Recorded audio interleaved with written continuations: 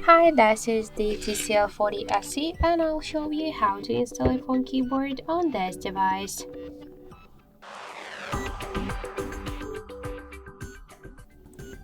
So open first the Play Store application and in the search bar under the green Apple keyboard.